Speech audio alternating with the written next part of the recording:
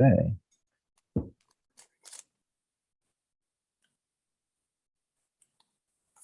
All right, here we are. Welcome. So we basically spent time uh, trying to analyze Mordecai's actions, at least his actions and reactions.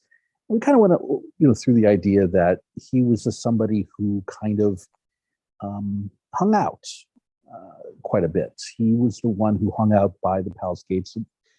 He was somebody who had, I guess, a cynical way of looking at it was that he was somebody who was looking out for power. But perhaps more generously, he was someone who was really looking to have some influence for the sake of his Jewish people. And because in his family, he knew what it was like, certainly in his family history, to have been exiled and to have been put at risk. So in that sense, Mordecai, we get the sense, is sort of predisposed to want to be empowered. He's predisposed for that, for that kind of, for taking that kind of responsibility. And so now we're going to get more, now we're going to get into this back and forth between him and Esther. We'll see how far we get in this, but what I want to make sure we do is get a sense of the ways that Esther's response compare, how they compare and contrast to that of Mordecai. Keep in mind, of course, first of all, that yes, Esther entered the contest to become the queen at Mordecai's urging. She was someone who was kind. It says in chapter 2 that everyone who met her were just so touched by her kindness and by her, her graciousness. They were all very happy with her in that sense. But that's pretty much what we know about her, is that she was obviously lovely. Obviously, she caught the fancy of the king. And also that she, at least at that moment, feels kind of, she seems to understand,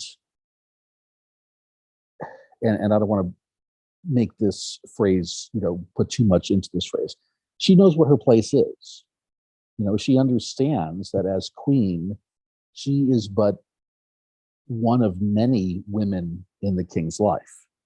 Now, obviously, this is not something that we are, this is not a system that we appreciate or enjoy today, but it is still something that was very much the reality. As we get into the text, I just want to ask you to, I'm not able to see all of you as we go through this. So I'm not able to see all of you at the same time. So when you have something to ask or have something to say, just jump in. Interrupt me, it's okay. So feel free to do that. I think we got through the first 4 verses of chapter 4. What we know is that Esther finds out, and we established the idea that she was probably one of the last people, one of the last Jews at least, to find out about this edict that the Jews would be killed someday. But she also, she sends Mordecai some clothes, and Mordecai says, no, I have to make a point here, right? I mean, I have to be in sackcloth, because if I'm not, then the urgency of the situation might be lost. He feels responsible to show his show the urgency of the matter. He has to be the one who does that. And when we think about it, that's a lot of what empowerment means. Empowerment uh, essentially involves people saying, this is a problem, and if I don't do something about it, who will? Right? It's very simple for other people.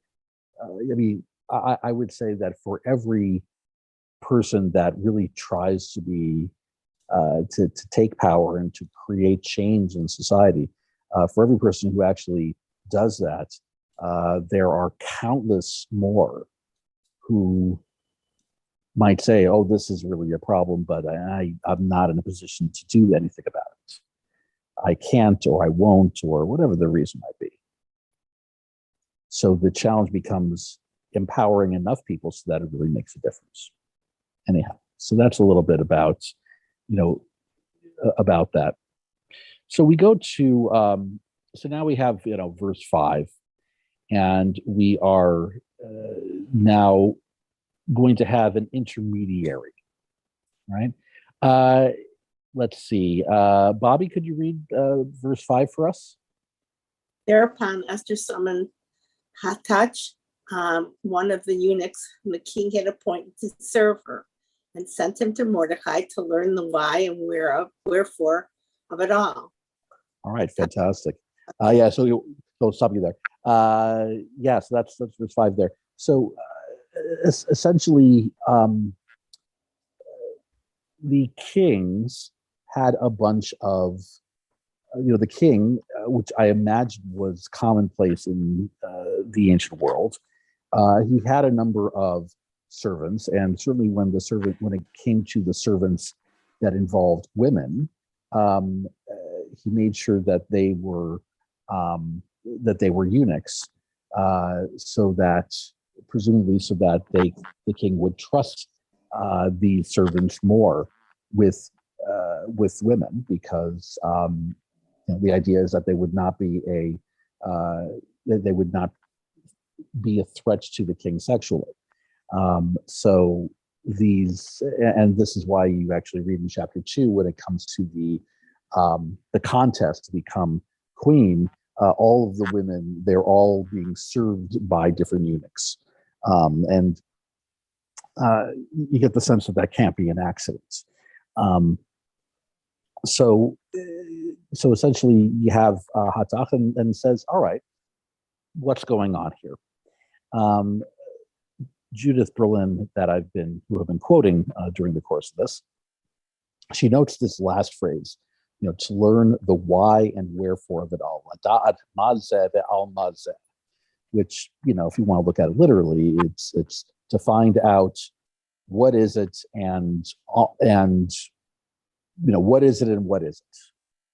Or as you would say, as somebody with a thick Italian accent might say, what's a coming and going?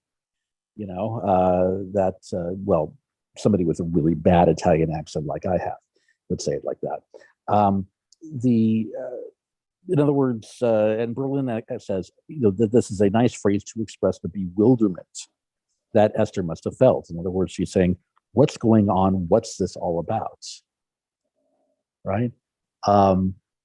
It is a statement by asking this question to Mordecai. We have a statement here. She is the queen of an empire of 127 provinces. And yet, when it comes to basic information, not only, let alone private information, public information, when it comes to basic information that she needs to know as one of the monarchs, she has to go back to her uncle and find out what's going on. It shows how far out of the loop she is. She has to go to she goes to somebody who has no connection to anything royal other than the fact that he's related to her. This is how much she lacks power, if that phrase makes sense. This is how much she lacks it. So here's what so in this case, Hatach has to go and help serve Esther, and winds up being the messenger back and forth between the two. So verses 6 and 7, Ina, could you read those for us? Sure. Start with Hatach. Mhm. Went out to Mordecai in the city square in front of the palace gate. And Mordecai told him all that had happened to him and all about the money that Haman had offered to pay into the royal treasury for the destruction of the Jews. Okay, great, thanks. So first of all, a note from Judith Berlin on this 6th verse here. Notes that Hatach had to meet Mordecai in the city square in front of the king's gate because Mordecai could not enter it, his usual place, because he was still wearing his mourning attire, his sackcloth and ashes. This will be the same place where later Haman will honor Mordecai. So this note is important because, if you remember in chapter 6, that the king wants to honor Mordecai, and before the king asks, the question, explains everything that he has in mind, Haman thinks, oh, well, the king must be honoring me. I mean, I'm his, go-to guy. And then the king goes, no, I'm thinking of Mordecai. And so the very place where Mordecai is in sackcloth and ash is then the place in which he later dons royal garments and is celebrated. It's basically the very opposite, and it happens in the exact same place. So it is this sense of reversal, which is what the holiday of Purim is known for, that everything is opposite. Everything is just a little bit different one to another. So Hatach is basically, he's going to get in his 10,000 steps, going back and forth from the palace gate, back and forth from the city square and the palace, because he's, Esther and Mordecai can't have a face-to-face meeting at this point. The sense is that as the queen, yes, she is the favorite of all the women that the king has access to, but in many ways she is still in the she's still very much kind of tucked away, basically hanging around for safekeeping, waiting for the king to call her by name, saying, okay, all right, let me see you now. Because the question could easily be asked, all right, if Mordecai can't go into the palace gate, what's stopping Esther from going, crossing the palace gates and, going and saying, hey, I'm just going to see my uncle, Excuse me, Rabbi, if she's in the harem, aren't Yes. the harems usually restricted access? So you'd need Hatach to be the go-between, because Mordecai couldn't go into the harem and Esther couldn't come out. Right. I mean, so it's just this sort of, everyone had very specific restrictions as to how far they could go, how much access they had one to another, which is why this, which is part of why the this edict to destroy the Jews seemed so damning, even though it was announced 11 months before it was actually going to happen. Because if it had been announced, because I've raised before the idea, well, I mean, they give you 11 months advance notice. I mean, isn't that enough time to, build up a resistance. Isn't that enough time? The way that things are structured, there wasn't that kind of mobility to really cause that kind of that kind of resistance. And the lack of mobility between Mordecai and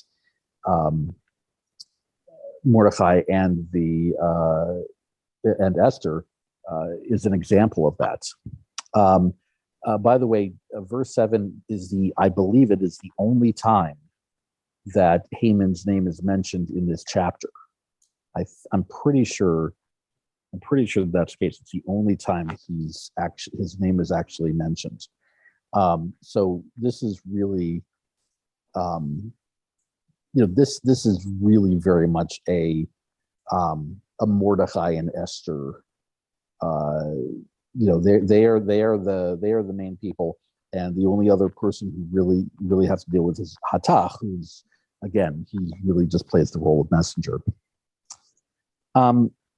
Now, a couple of things on verse 7. Right? Mordecai told them all that had happened to him. Berlin notes, all of Mordecai's adventures leading up to the present situation, including, presumably, that Mordecai refused to bow to Haman. I do not think, she writes, that Mordecai is blaming himself for the current predicament. He is just presenting the background.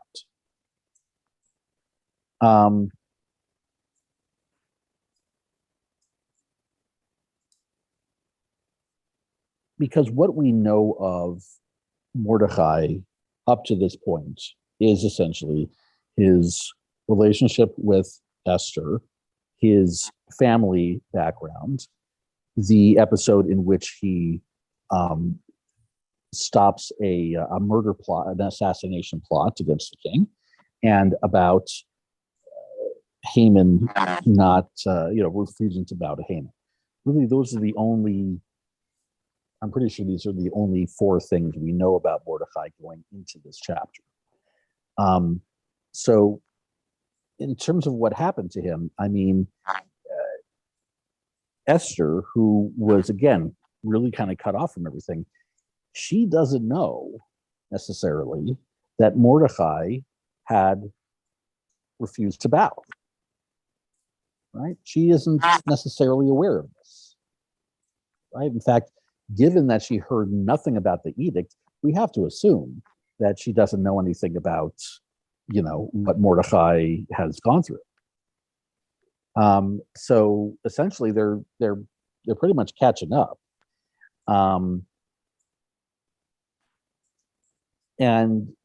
basically Mordecai is saying, okay, look, this is what everybody's been up to, and now we have, and now this is the situation we're in. Now, regarding the part about the money that Haman had offered, Adoberlin asks, was this public knowledge, or did Mordecai know it because he was well placed to know everything that happened at court? The story seems to emphasize the financial aspect of Haman's deal here. Whenever it is mentioned, it adds to the maliciousness of Haman's plan. Because think about it, right? In chapter 3, when Haman tells the king, "Hey, I'm going to give you some money, and you're going to let me get rid of all the Jews," that wasn't a public conversation that we know of. That wasn't this general. This wasn't a general. This wasn't part of the proclamation. He doesn't say. It wouldn't say in the public proclamation that, "Hey, good news, everyone.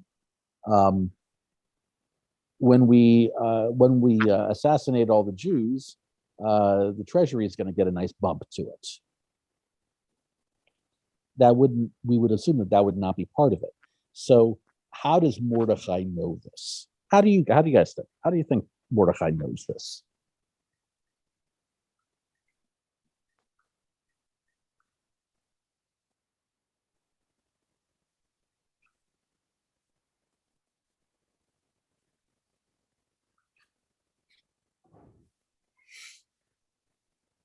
Why do you think he'd be in the know?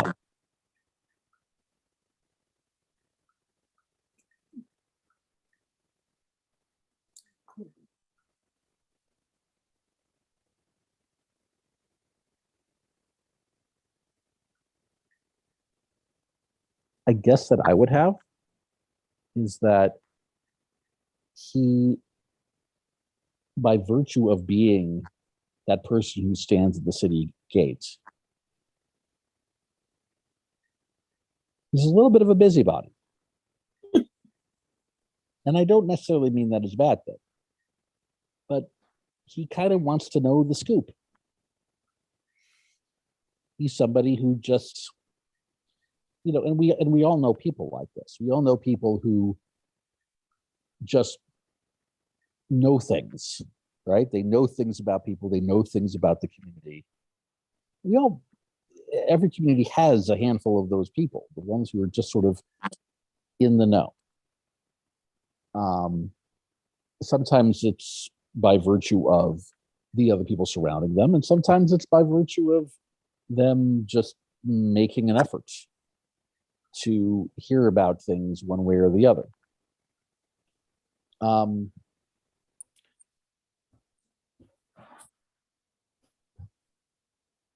He's somebody who just kind of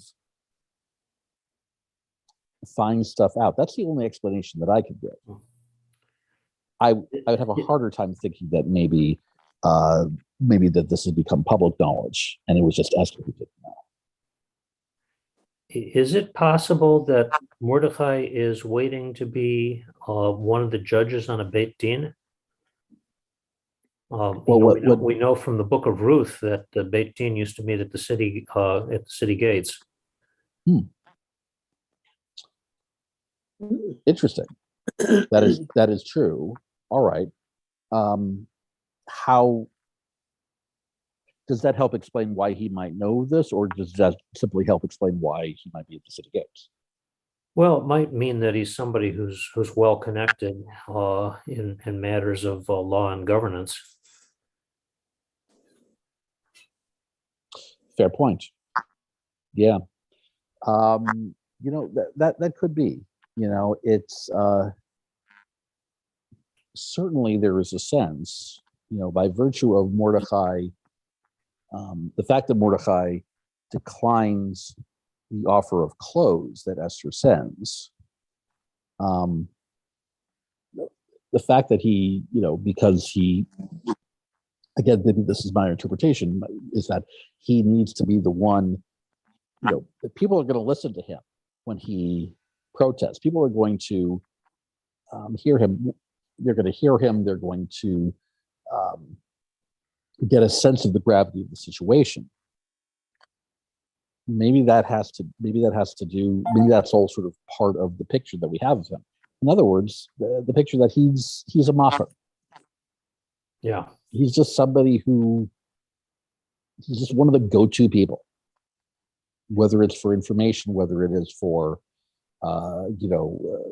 performing matters of halakha, any number of things. He's just somebody who, just has those sorts of, he's a connection and he's a connector.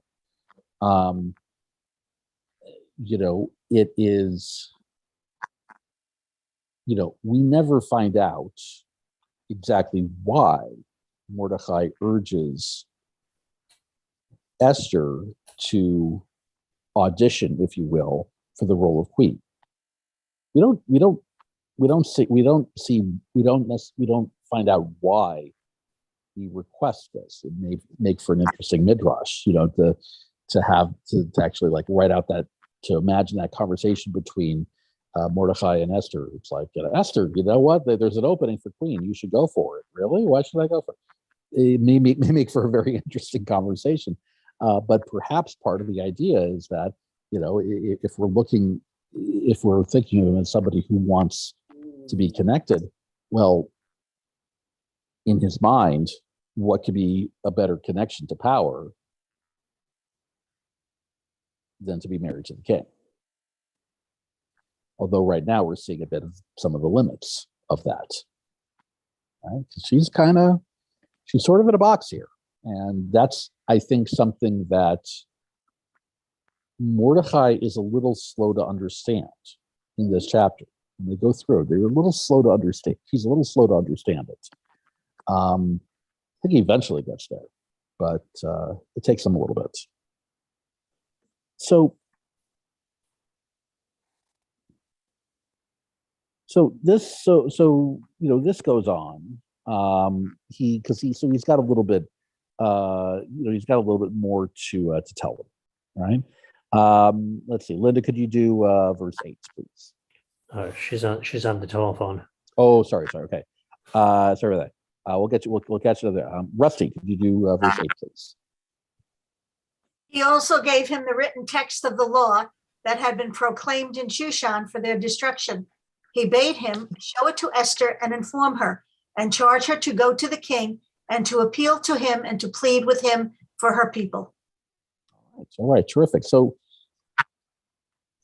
right away, Mordecai simply assumes, oh, well, I mean, you're the queen. Obviously, you're well positioned. You're well positioned to do this. I mean, who else would he listen to? Of course, he's going to listen to his wife. Now, never mind that he got rid of his wife, his previous wife in chapter 1, but who's got the best shot, right? Regarding the sort of the text of the law, Adele Berlin comments, the book is fond of referring to documents, although unlike the Greek versions of Esther and biblical books like Ezra, it does not often quote the full text of the document. The written text would be even stronger proof that Mordecai's words of the seriousness of the threat to the Jews, since this threat of destruction was in an official document. Esther would be able to see it firsthand. This is not the first time that Esther has served as a link between Mordecai and the king. In chapter 2, she informed the king that Mordecai had discovered a plot against the king's life. So how would Mordecai have gotten the written text of the law? Well, I mean, it had been sent all over the place. Let me see. Let's go back a little bit as far as what was actually sent.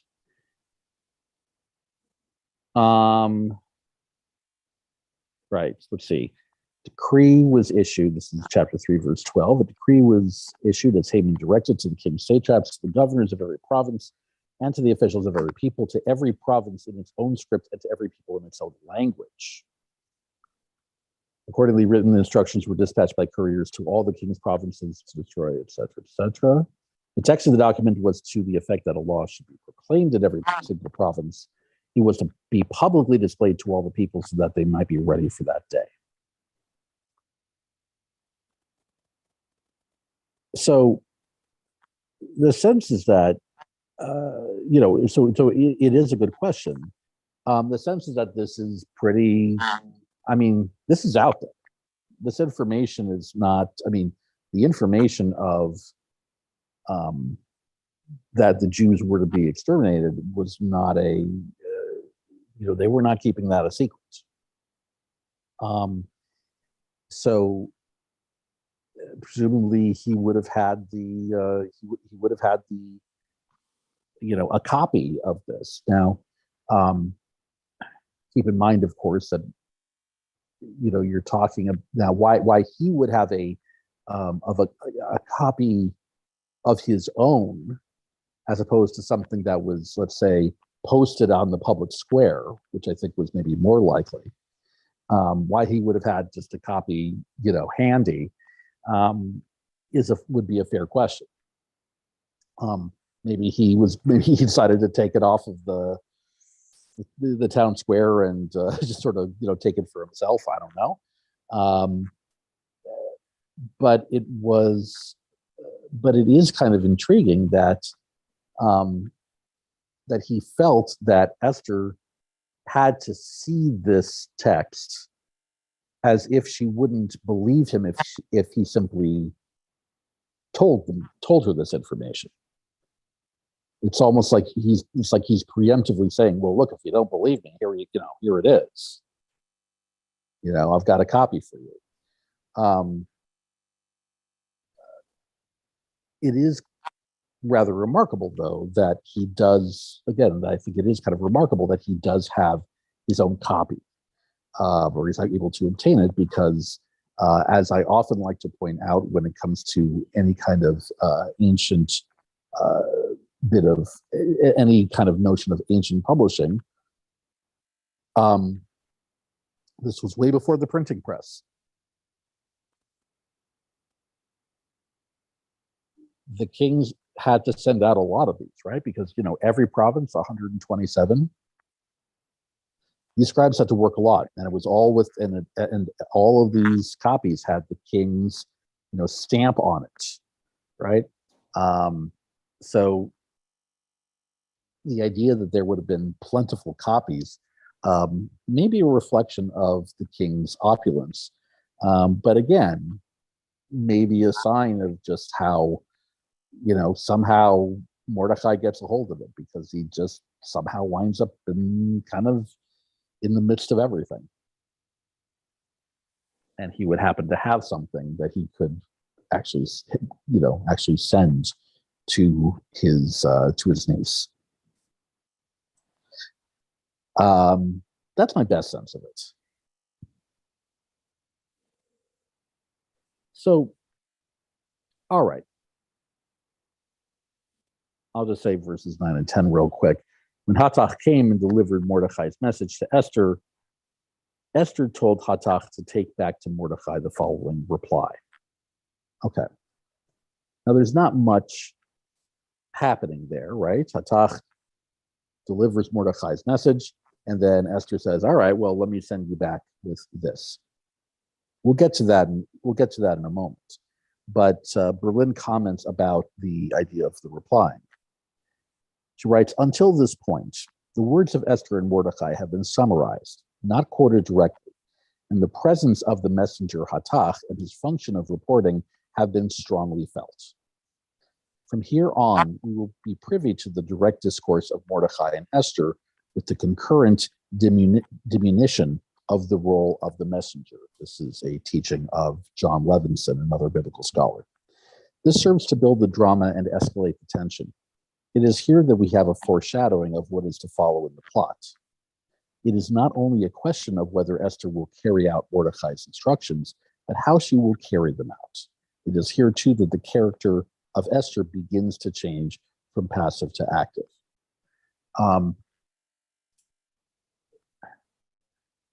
In many ways, so that's the end of what Berlin said about this particular verse.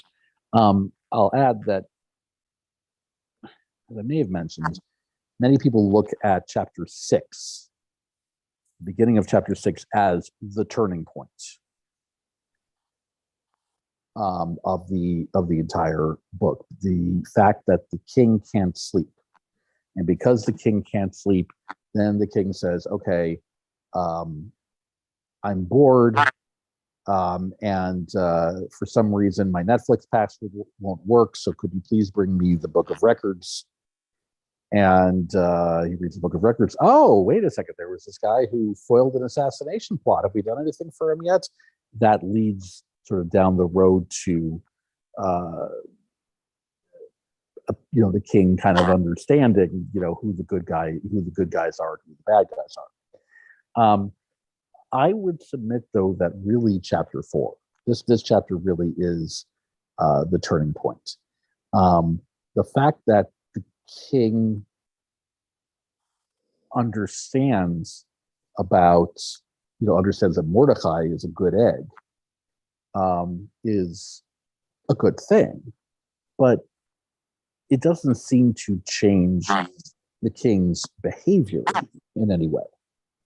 I mean, presumably chapter 6, the fact that he honors Mordecai, there's no indication that the king is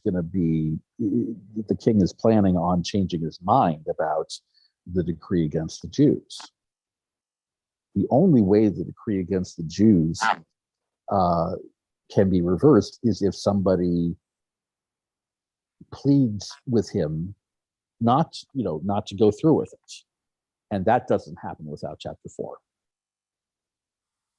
So in terms of turning points, the fact that there's going to, that Mordecai convinces Esther to act, if chapter 6, if chapter 6 didn't happen, like if you skip chapter 6 is, I mean, it's a lot of fun, don't get me wrong. But if you skip chapter 6, if you went straight from chapter 5 to chapter 7, you'd still pretty much have the same plot. But if you skip chapter 4, you'd be missing really kind of the key. So that's why I kind of look at it as the turning point. Okay. Verse 11. Linda, would you be able to read? Unmute, please. Sorry. Unmute. Okay. When grandchildren call you, answer the phone. My apologies. Of course. All the children's courtiers, and the people of the king's provinces know that if any person, man or woman, enters the king's presence in the inner court without having been summoned, there is but one law for him, and he be put to death. Only if the king extends the golden scepter to him may he live. Now I have not been summoned to visit the king for the last 30 days. All right.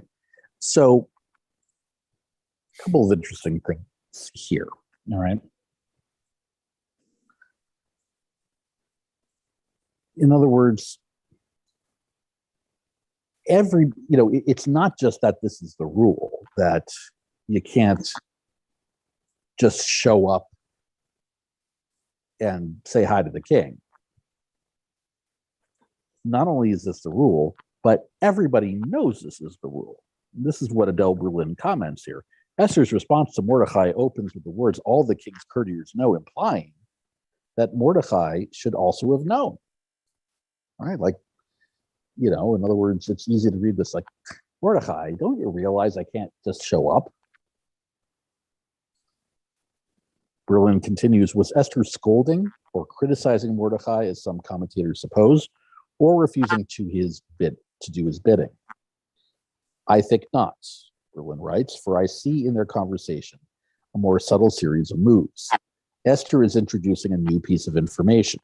She is hinting at the strategy she will use to carry out Mordecai's instructions, and at the same time indicating the risk it entails. All right. So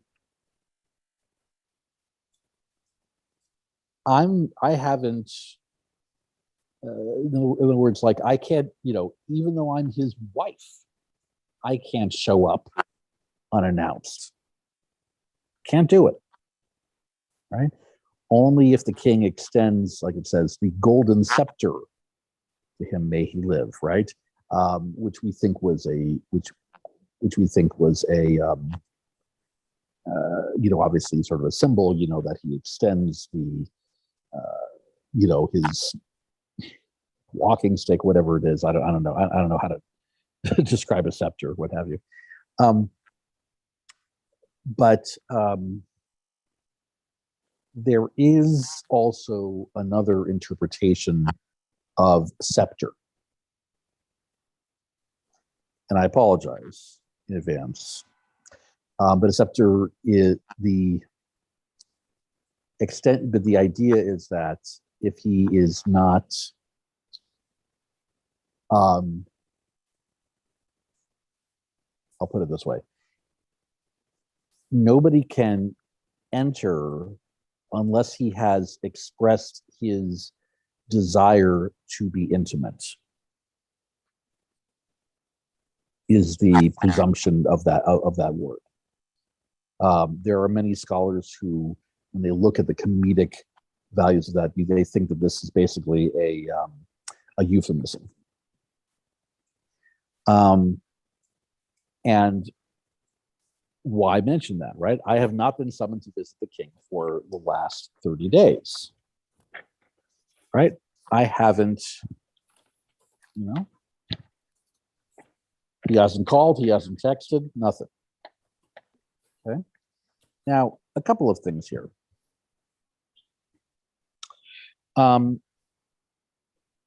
Actually, Berlin has a number of comments here. First of all, the fact that it says when it says any person, man or woman, why mention man or woman? Right? Isn't it enough to say any person? Berlin writes, even a woman of whom the king may be enamored. The wording emphasizes that Esther has no special privilege in this regard, even as Mordecai stresses in verse 13 that Esther has no special privilege when it comes to the decree against the Jews. Now,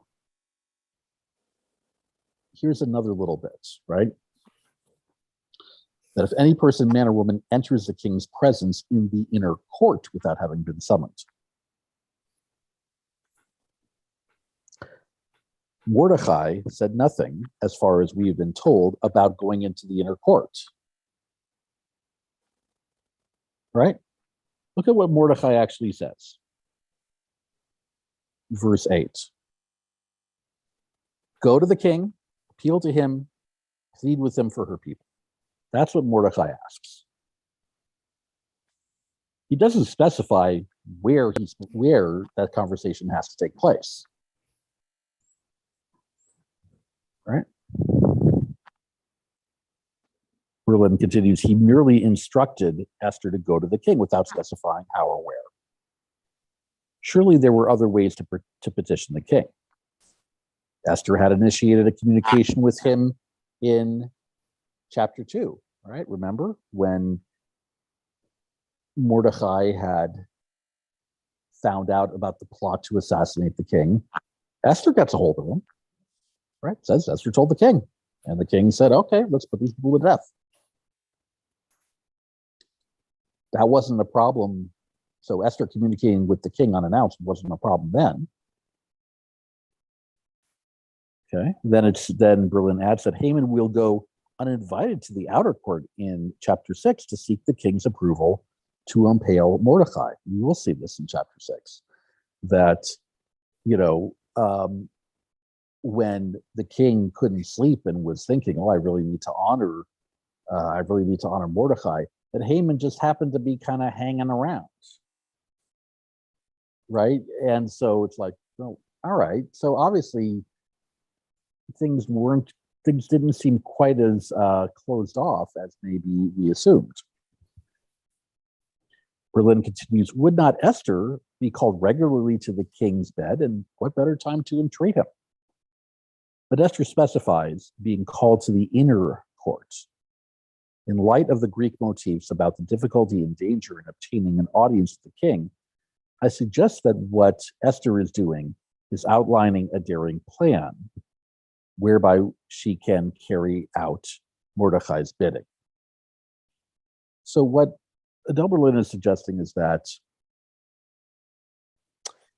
now you know that nobody can go into the inner court and to the king and live. But maybe, Uncle, you can think of a way that we can kind of work around that. That's the indication here. That she is essentially kind of sending a little bit of code back to him. All right, well, it's the inner court. The inner court is the issue. So,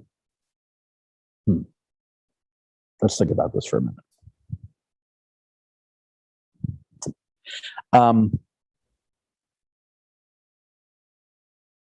Regarding the golden scepter, it's not simply the euphemism that I suggested. Berlin notes that earlier in his version of the story, Josephus had recounted the following. Before I go into what Josephus says, remember Josephus is, the first great Jewish historian, and who writes at great length about some of the biblical, not only the biblical stories that we know about, but also about post-biblical events certainly surrounding the destruction of the Second Temple and many other things. Josephus was the first great Jewish historian, and while while there was a decent amount of hyperbole to be found there, certainly he was an invaluable source for information from that time. Josephus recounted that, quote, "The king had made a law that none of his own people should approach him unless they were called when he sat upon his throne, and men with axes in their hands stood round about his throne in order to punish such as approached him without being called. However, the king sat with a golden scepter in his hand, which he held out when he had a mind to save anyone of those that approached to him without being called, and he who touched it was free from danger." So it's as if he has this, very fancy rod and is basically saying, well, no, this person's okay. This person's all right. We can let this person in. You don't have to dispatch of these people. They're okay. So that's essentially the role it plays. It basically was a way of the king saying, okay, you shall live, you shall live, you shall live. Now, there's also a little bit here as far as for the last 30 days, right, that she hadn't been called. Berlin says that a long time, right? The idea of 30 days does not necessarily mean that it's been exactly 30 days. It's been a while, right? That's the impression that she wants to give. He hasn't called for the longest time. By the way, a question here: is the scepter similar to the staff that Moses used? I would get the sense that the scepter is, because it's the king, and because he liked all things opulence and fancy, that it would have been a much more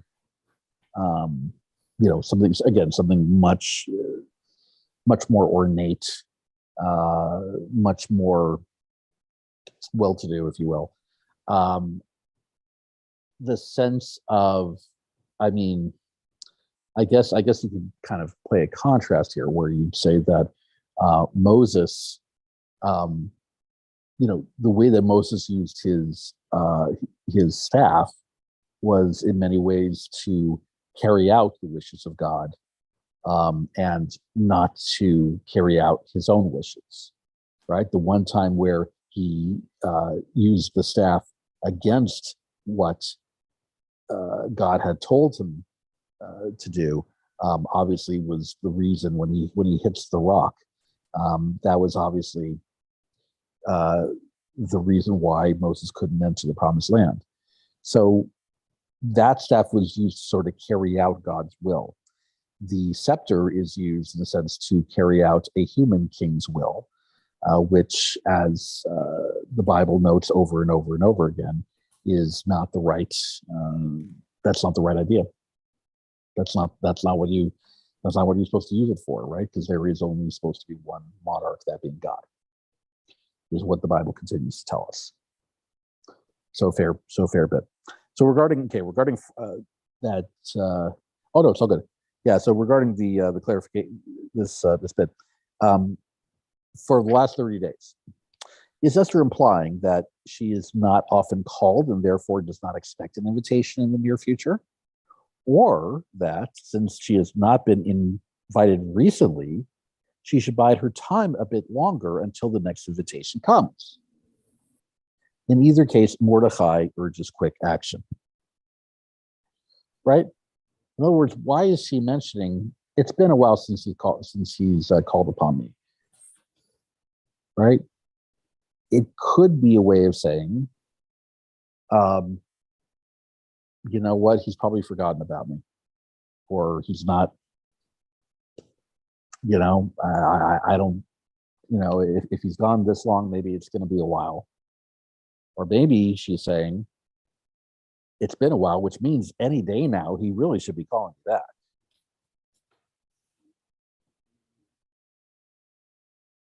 It's not necessarily clear. right? Berlin continues. To sum up, Esther is not refusing the task that Mordecai set before her. She is proposing a plan whereby it can be accomplished, and at the same time, warning of the risk inherent in it. She risks losing her own life, which is not only a problem for her, obviously, but more to the point of the dialogue, means that she would then be unable to plead for the Jews. Does Mordecai understand what she is saying, or is there a touch of comic misunderstanding here too? In other words, this statement by Esther is the one that we often point to, in which we say, wow, Esther's really frightened of going to the king. Not without reason, but she's frightened. But Berlin is asking, is she really frightened? Does she feel that she has no power? Or is she trying to be very strategic about the power she does have? At this point of the text, what do you think is Esther's state of mind? Do you think that she is? Do you think that she thinks of herself as a person with power, or do you think she thinks of herself as somebody who is powerless? Up to this point, happy to hear your thoughts. Powerless. She thinks she's powerless. I mean, I think it's pretty obvious.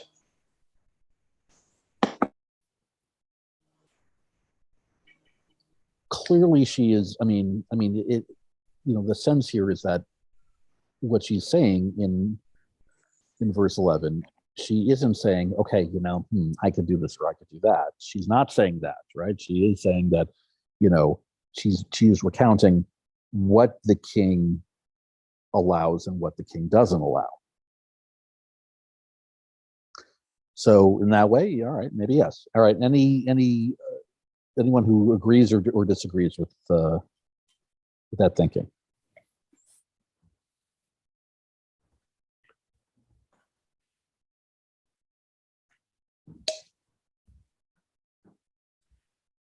I suppose it's possible that Mordecai has misunderstood her reply, but his reply to her doesn't seem to understand that she is proposing a plan.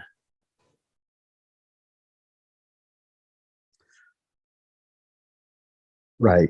I mean, what we're gonna see from his reply is the sense that, come on, Esther, buck up. Yeah. You can do it. Right. So certainly Mordecai sees her as, Mordecai would look at Esther and say, oh gosh, Esther, wow, you really don't think you have, you really think that you don't have a shot here. And maybe with reason.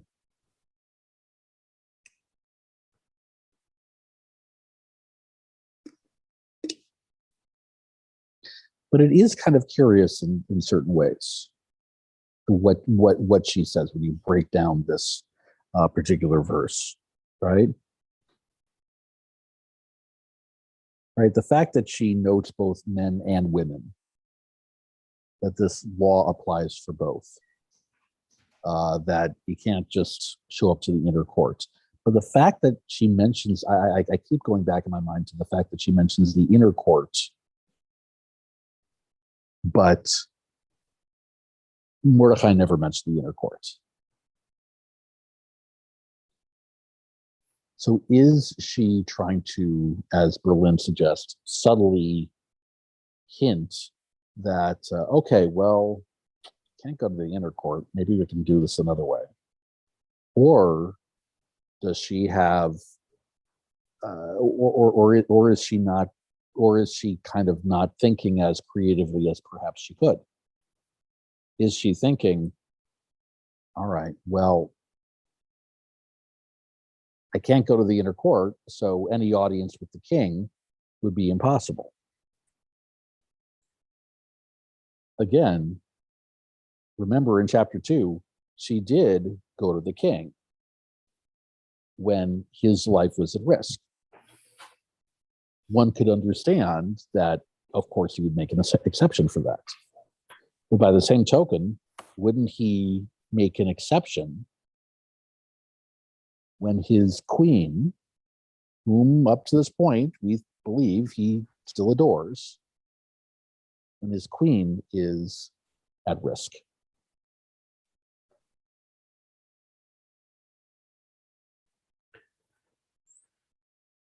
Well, we know it's been at least 30 days. So it's possible that she's thinking, well, he's forgotten about me, or that he's not so enamored as he once was. Perhaps. What I wonder, though, the mention of 30 days is that, remember, this is, he thinks it's very important that he have a queen.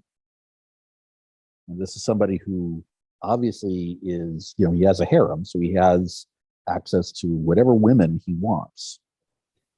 My presumption here is that she's saying that 30 days ago, I got to go. I went to the king's chambers, presumably to maybe try to make a baby. And perhaps what she's saying now is that, all right, it's been 30 days, so really he should be calling me any day now to perhaps try to conceive a child again. I wonder if that's behind the idea of 30 days. I'm not sure if that one stands up. No, it's plausible.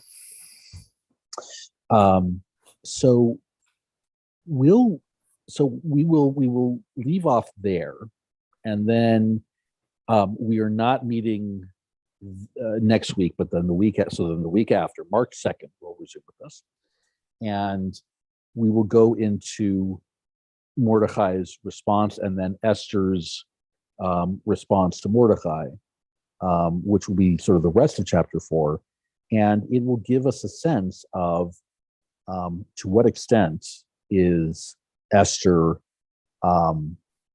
is she fearful of being powerful? Does she feel like she has power but needs to be very careful about how she wields it? Or is she pretty confident from the get-go? Those are some of the questions that hopefully we can get to next time. So we'll see you in this space in 2 weeks. I look forward to continuing the conversation. Good night, all. Thank you, Rabbi. Yes, Good night. You Yes, are, you're welcome, Rabbi. Thank you, Okay. Rabbi. Good night. Good night, all. Good